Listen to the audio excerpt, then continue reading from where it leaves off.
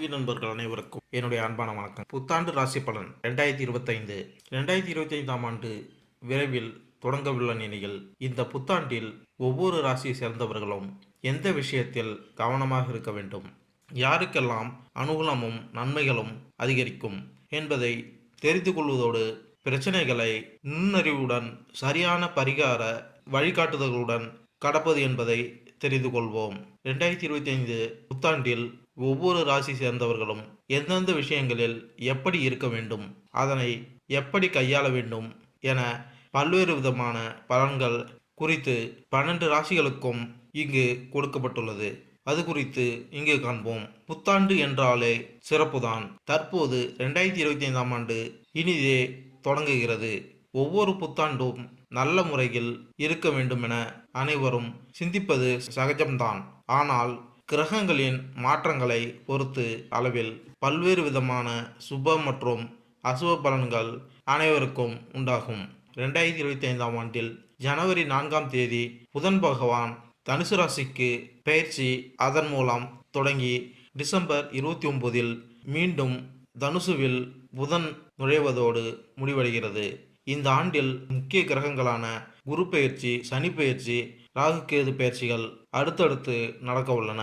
கிரகங்களின் இந்த மாற்றத்தால் 12 ராசிகளுக்கு தனிப்பட்ட குடும்ப வாழ்க்கை மற்றும் தொழில், வேலை தொடர்பான விஷயங்களில் முன்னேற்றமும் பாதிப்பும் கலந்தே இருக்கும். அதிலும் குறிப்பாக சனி ராகுவின் இணைவு 50 நாட்கள் வரை நீடிக்க உள்ளதால் உடல்நல பிரச்சனை, புதிய நோய் தொற்று, வேலை தொடர்பான சிக்கல்கள் என வாழ்க்கையில் பல அம்சங்களை பாதிக்கக்கூடியதாக இருக்கும். 2025இல் நடக்கும் முக்கிய கிரக பயிற்சிகள். சனி பயிற்சி மார்ச் 29ஆம் தேதி சனி பகவான் கும்பராசியிலிருந்து பயிற்சியாகி மீனராசிக்கு பயிற்சியாகிறார். குரு பயிற்சி மே 14ஆம் தேதி புதன்கிழமை குரு பகவான் ரிஷப ராசியிலிருந்து மிதுன ராசிக்கு மாறவுள்ளார்.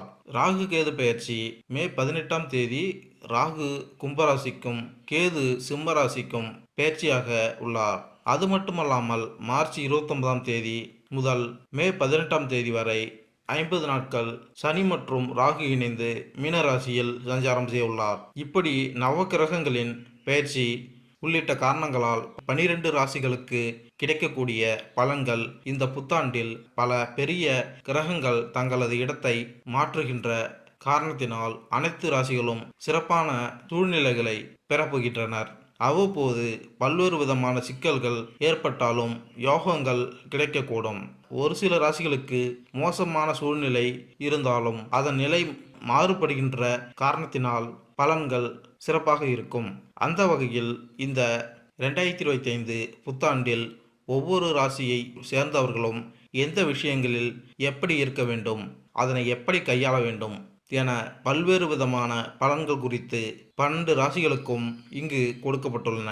அது குறித்து இங்கு காண்போம். விருச்சிகம் ராசி. விருச்சிக ராசியினர் உணர்ச்சி உள்ளுணர்வு மிக்கவர்கள், ஆராய்ச்சி செய்யும் இயல்புடையவர்கள், கவர்ச்சியானவர்கள், ஒழுக்கமானவர்கள், உணர்ச்சி மிக்கவர்கள், நல்ல நினைவாற்றல் கொண்டவர்கள். அவர்கள் ஆதிக்கம் செய்பவர்கள், ஆர்வமுள்ளவர்கள், தலையீடு செய்பவர்கள், ரகசியமானவர்கள். மேலும் இவர்கள் மிகைப்படுத்தி பேசுவார்கள். காந்தம் போன்ற கவர்ச்சியும் புத்துணர்வும் அவர்களது பலங்கள். உடைமைத்தன்மை மற்றும் பகை உணர்வு அவர்களது பலவீனங்கள். விருச்சிக ராசிக்காரர்களுக்கு 2025ஆம் ஆண்டு ஆரோக்கியம், கல்வி, வியாபாரம், வேலை, நிதி அம்சம், காதல், திருமணம், வீடு, நிலம், கட்டிடங்கள், வாகனங்கள் போன்றவற்றிற்கு 2025ஆம் ஆண்டு எப்படி இருக்கப் போகிறது என்பதை தெரிந்து கொள்வோம். இந்த ஆண்டின் கிரக பயிற்சியின் அடிப்படையில் சில தீர்வுகளையும் நாங்கள் உங்களுக்கு சொல்வோம். அதை ஏற்றுக்கொள்வதன் மூலம் நீங்கள் சாத்தியமான பிரச்சனைகள் அல்லது தடுமாற்றத்திற்கு தீர்வு காண முடியும்.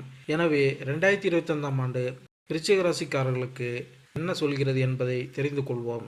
பொதுவான பலன்கள். இந்த வருடம் நிலம், வீடு, வாகனங்கள் மற்றும் சொத்துக்கள் சேர்க்கும் வருடமாக அமையும். திருமணம் மற்றும் குழந்தை பிறப்பில் தாமதத்தை சந்தித்தவர்களுக்கு புத்திர பாக்கியம் ஏற்படும். உங்கள் வாழ்க்கை துணை மற்றும் குழந்தைகளுடனான உறவு நன்றாக இருக்கும். உங்கள் குடும்பத்தில் உள்ளவர்களிடமும் நல்ல உறவு நீடிக்கும். அண்டை வீட்டில் வசிக்கும் நண்பர்களால் சிறு சிறு பிரச்சனைகள் வந்து போகும். வாக்குவாதத்தில் ஈடுபடாமல் இருப்பது பிரச்சனைகள் ஏற்படாமல் இருப்பதற்கு உதவி புரியும். தனியார் நிறுவனத்தில் பணியில் உள்ளவர்களுக்கு புதிய பொறுப்புகள் தேடி வரும். அரசு துறையில் அமைச்சு பணியில் உள்ளவர்களுக்கு வேலைப்பளு அதிகரித்து காணப்படும். வேலைப்பளு அதிகமாக இருந்தாலும் உங்கள் கடுமையான உழைப்பு உங்களுக்கு கொடுக்கப்பட்ட பணிகளை குறித்த நேரத்தில் முடித்து பாராட்டுகளை பெறுவீர்கள். உங்கள் ஊடகம் சார்ந்த தொழில் செய்பவர்களின் வருமானம் அதிகரிக்கும். வேலை சம்பந்தமாக நீங்கள் எடுக்கும் முயற்சிகள் வெற்றியை கொடுக்கும். பள்ளி செல்லும் குழந்தைகளுக்கு இலவச மற்றும் கலை மீது ஆர்வம் அதிகரித்து காணப்படும். இசையில் ஆர்வம் உள்ள குழந்தைகளுக்கு முறையாக இசை பயிற்சி கொடுப்பதன் மூலம் பிற்காலத்தில் அவர்களால் இசை வல்லுநர்களாக வர முடியும். காதல், திருமணம், குடும்பம் மற்றும் இல்லற வாழ்க்கை. இந்த வருடம் திருமண முயற்சிகள் வெற்றி பெறும். காதல் உறவில் இருப்பவர்களுக்கு இடையே நெருக்கம் அதிகரித்து காணப்படும். ஜனவரி மாதம் திருமண பந்தத்தில் இருப்பவர்கள் இருவரும் சேர்ந்து உல்லாச பயணங்கள் மேற்கொண்டு மனமகிழ்ச்சி அடையும் வாய்ப்புகள் உள்ளது. பிப்ரவரி மாதத்தில் காதல் உறவில் இருப்பவர்கள் தங்கள் காதல் துணைக்காக விலை உயர்ந்த ஆடைகளை வாங்கி தருவதன் மூலம் காதல் துணையை மகிழ்விப்பீர்கள். காதல் உறவில் இருப்பவர்களிடையே நல்லிணக்கம் கூடும். மார்ச் மாதத்தில் திருமண உறவில் உள்ள கணவன் மற்றும் மனைவிக்கு இடையே புரிதல் இல்லாமல் போகலாம். தங்களுடைய கருத்தை நிதானமாக எடுத்துரைப்பதன் மூலம் நல்ல புரிதல் உண்டாகும். ஏப்ரல் மாதத்தில் காதல் உறவில் உள்ளவர்கள் பெற்றோர் சம்மதத்துடன் திருமணம் செய்ய உகந்த மாதமாகும். இந்த வருடம் உங்களுடைய வாழ்க்கை துணையின் தனநிலை உயரும். எனவே குடும்பத்தில் பொருளாதார நிலையும் உயரும். மே மாதத்தில் நடுத்தர வயதுடைய திருமணம் ஆன தம்பதிகள் வெளியூர்களுக்கு ஆன்மீக சுற்றுலா சென்று வருவதன் மூலம் கணவன் மனைவிக்கு இடையே ஒற்றுமை அதிகரிக்கும். விருச்சிக ராசியினர் 2025ஆம் ஆண்டு காதல் உறவுகளின் அடிப்படையில் சில நல்ல மற்றும் சில பலவீனமான முடிவுகளை தரக்கூடும். மே மாதத்திற்கு பிறகு 5ஆம் வீட்டிலிருந்து ராகு கேதுவின் தாக்கம் முடிவடையும். காதல் உறவுகள் பற்றிய உங்கள் கண்ணோட்டம் சிறப்பானதாகவும் உண்மையானதாகவும் மாறும். ஆனால் மார்ச் மாதத்தில் இருந்து சனி 5ஆம் வீட்டில் பேசிக்கிறார். இது காதல் உறவுகளில் சில அக்கறையற்ற தன்மையை கொடுக்கும். உண்மையிலேயே நேசிக்கும் மக்களுக்கு சனி உதவியாக இருக்கும். உங்கள் காதல் உண்மையானதாக இருந்தால் நீங்கள் ஒருவருக்கொருவர் விரும்புகிறீர்கள். எதிர்காலத்தில் திருமணம் செய்து கொள்ள விரும்புகிறீர்கள் என்றால் அந்த வகையில் சூழ்நிலையில் நீங்கள் உங்கள் முடிவுகளை பெறலாம். உங்கள் காதல் காலப்போக்கில் மாற்றிக்கொண்டே இருந்தால் சனியின் இந்த பெயர்ச்சி உங்கள் காதல் உறவில் விரிசலை ஏற்படுத்தலாம். விருச்சிக ராசிக்காரர்களுக்கு திருமண வயதை அடைந்த திருமண முயற்சியில் ஈடுபட்டிருந்தால் இந்த ஆண்டின் முதல் பகுதி உங்களுக்கு இந்த விஷயத்தில் நல்ல உதவியாக இருக்கும். குறிப்பாக மே மாதத்தின் நடுப்பகுதி வரையிலான காலம் நல்ல பலனை தருவதாக தெரிகிறது. இந்த காலகட்டத்தில் உங்கள் 5ஆம் வீட்டிற்கு அதிபதியான குரு 7வது வீட்டில் இருக்கிறார். காதல் திருமணத்தை விரும்பும் உண்மையான காதலர்களின் விருப்பங்களை நிறைவேற்றவும் உதவும். அதாவது காதல் திருமணத்திற்கு குரு உதவியாக இருக்கும். மே மாதத்தின் நடுப்பகுதிக்கு பிறகு முடிவுகள் ஒப்பீட்டளவில் பலவீனமாக இருக்கலாம். ஆண்டின் முதல் பாதியில் திருமண செயல்முறையை முடிப்பது புத்திசாலித்தனமாக இருக்கும். ஆண்டின் முதல் பகுதி திருமண வாழ்க்கை தொடர்பான விஷயங்களிலும் சிறந்த முடிவுகளை தரும். குரு 8வது வீட்டிலும் சனி 7வது வீட்டிலும் இருப்பார். எனவே சில முரண்பாடுகள் அல்லது ஏற்றத்தாழ்வுகள் காணப்படலாம். அதாவது ஆண்டின் முதல் பகுதியில் நீங்கள் உங்கள் திருமண வாழ்க்கையை சிறப்பாக அனுபவிக்க முடியும். விருச்சிக ராசியினருக்கு குடும்ப விஷயங்களில் ஆண்டின் முதல் பகுதி சிறப்பாக இருக்கும். மே மாதத்தின் நடுப்பகுதி வரை உங்கள் 2ஆம் வீட்டின் அதிபதியான குரு நல்ல நிலையில் இருப்பதால் குடும்பத்தில் சம்மதம் கொடுத்து உறவுகளை சிறப்பாக வைத்துக்கொள்ள முடியும். மே மாதத்தின் நடுப்பகுதிக்கு பிறகு குரு 8வது வீட்டிற்கு செல்வதால் ஓரளவு பலவீனமாகிவிடும். இருப்பினும் குரு 2வது வீட்டையும் 4வது வீட்டையும் பார்க்கிறார். ஆனால் பலவீனமாக இருப்பதால் முந்தைய அதே முடிவுகளை கொடுக்க முடியாமல் போகலாம். மார்ச் மாதம் முதல் சனியின் பார்வை 2ஆம் வீட்டின் மீது விழ ஆரம்பிக்கும். சில குடும்ப உறுப்பினர்களிடையே ஏற்றத்தாழ்வு மற்றும் அதிருப்தி காணப்படலாம். இல்லற வாழ்க்கையை பற்றி பேசினால் இந்த ஆண்டு இல்லற வாழ்வில் ஒப்பீட்டளவில் சிறப்பான பலன்களை காணலாம். மார்ச் மாதத்திற்கு பிறகு சனியின் தாக்கம் 4வது வீட்டில் இருந்து விலகும். மே மாதம் முதல் ராகுவின் தாக்கம் 4வது வீட்டில் தொடங்கும். ஆனால் பழைய பிரச்சனைகள் தீர்ந்து நிம்மதி பெருமூச்சு விடுவீர்கள். விருச்சிக ராசி 2025 படி மே மாதத்தின் நடுப்பகுதிக்கு பிறகு குருவின் செல்வாக்கு 4வது வீட்டில் இருக்கும். ஆண்டின் முதல் பாதி குடும்ப விஷயங்களுக்கு சிறப்பாக இருப்பதை காண்கிறோம். ஆண்டின் 2ஆம் பாதி வீட்டு விசேஷங்களில் சிறப்பாக இருக்கும். வேலை மற்றும் தொழில். இந்த வருடம் தனியார் உத்தியோகத்தில் நிர்வாகத்துறையில் பணியில் உள்ளவர்களுக்கு பதவி உயர்வு கிடைக்கும்.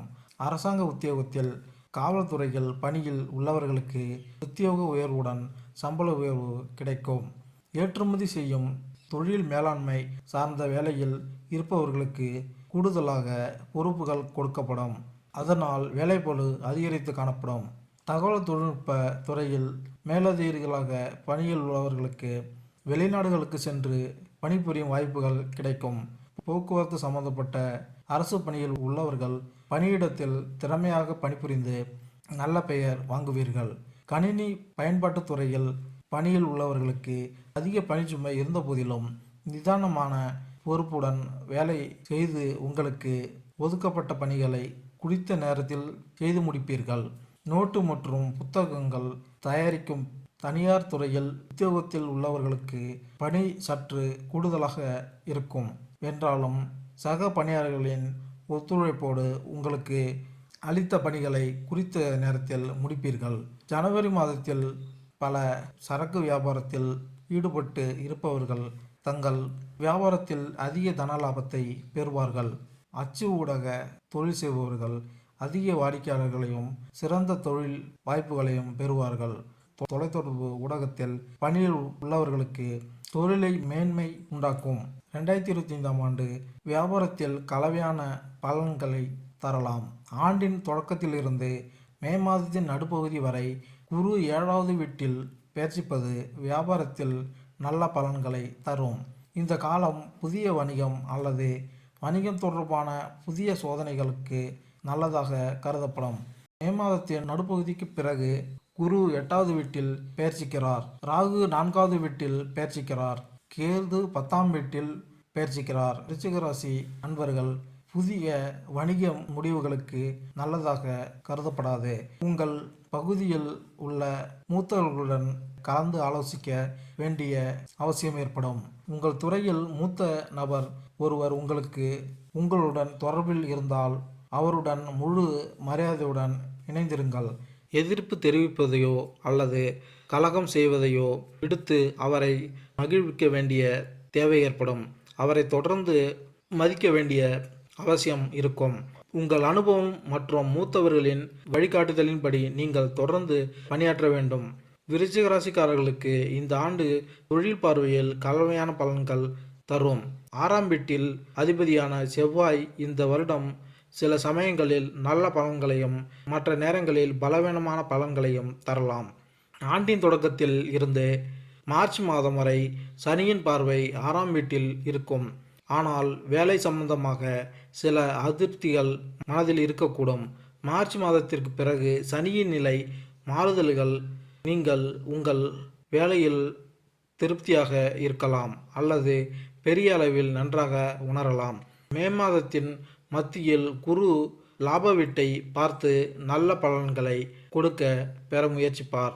இந்த வழியில் நீங்கள் மே மாதம் வரை வேலையில் தொடர்ந்து சாதனைகளை பெறுவீர்கள். ஆனால் மார்ச் மாதம் வரை நீங்கள் சில சிரமங்களை சந்திக்க நேரிடும். அதே சமயம் மார்ச் மாதம் முதல் மே மாதத்தின் நடுப்பகுதி வரை நீங்கள் மாற்றங்களை செய்வதால் மிகவும் நல்லது மற்றும் சாதகமாக இருக்கும். மே மாதத்தின் நடுப்பகுதிக்கு பிறகு நிலைமைகள் சற்று கடினமாக இருக்கலாம். இருப்பினும் வெளிநாட்டில் வேலை செய்பவர்கள் அல்லது தொலைதூரத்தில் வேலை செய்ய விரும்புபவர்களும் இந்த காலகட்டத்தில் நல்ல பலன்களை பெறலாம். நிதி நிலைமை. இந்த வருடம் பகுதி நேர ஊழியர்கள் மற்றும் ஒப்பந்த ஊழியர்களுக்கு முழுநேர பணி கிடைக்கும் வாய்ப்புகள் உள்ளது.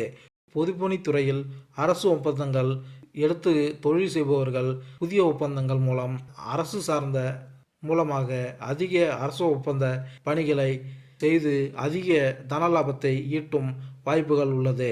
தங்க நகை செய்து விற்பனை செய்யும் தொழில் செய்பவர்கள் அதிக தன லாபங்களையும் எதிர்பார்க்கலாம். மென்பொருள் உருவாக்கும் தொழில் செய்பவர்களுக்கு நிதிநிலையில் ஏற்றம் ஏற்பட்டு நல்ல பொருளாதார முன்னேற்றம் ஏற்படும் நிலை உள்ளது. ஏப்ரல் மாதத்தில் வீடு பராமரிப்பு பணிக்காக அதிக செலவுகள் செய்வீர்கள்.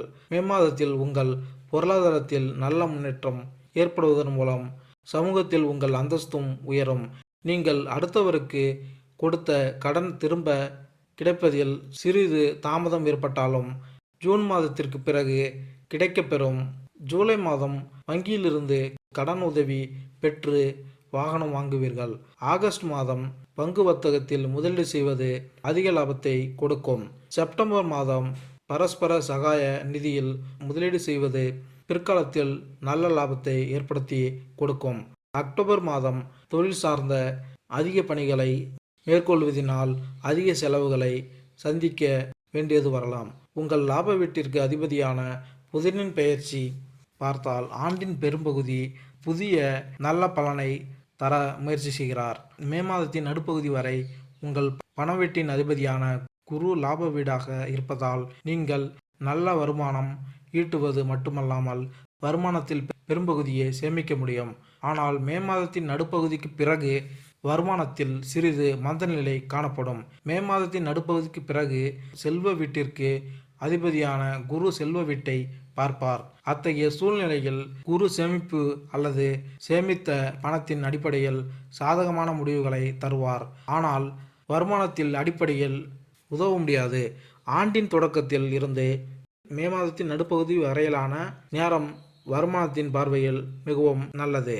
எனவே பிந்தைய காலம் வருமான பார்வையில் சற்று பலவீனமாக இருந்தாலும் சேமிப்பு பார்வையில் நன்றாக இருக்கும். நிலம், கட்டிடம், வாகன சுகம்.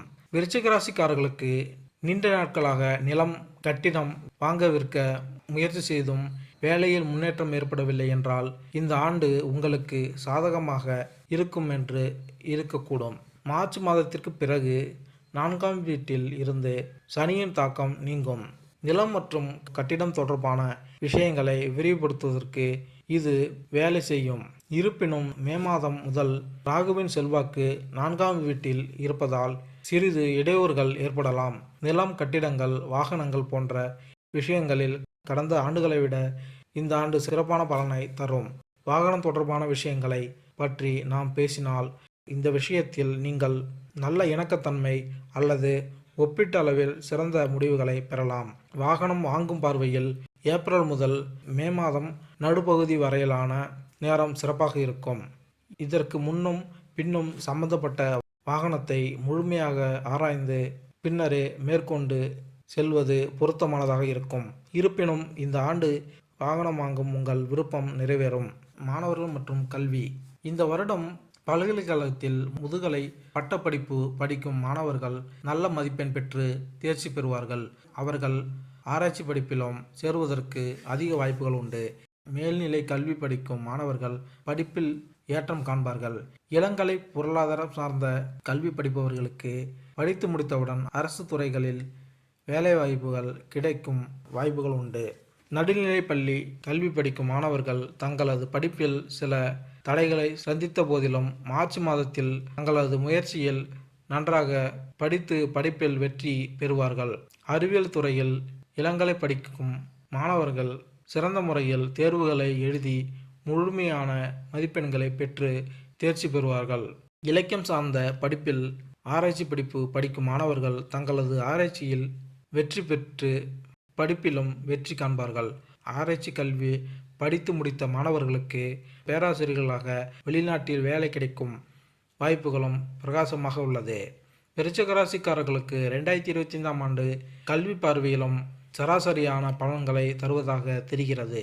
இந்த ஆண்டு உங்கள் 4ஆம் மற்றும் 5ஆம் வீட்டில் சனி மற்றும் ராகுவின் தாக்கம் தொடரும். அத்தகைய சூழ்நிலையில் உங்கள் விஷயத்தில் சரியான கவனம் செலுத்துவது கடினமாக இருக்கும்.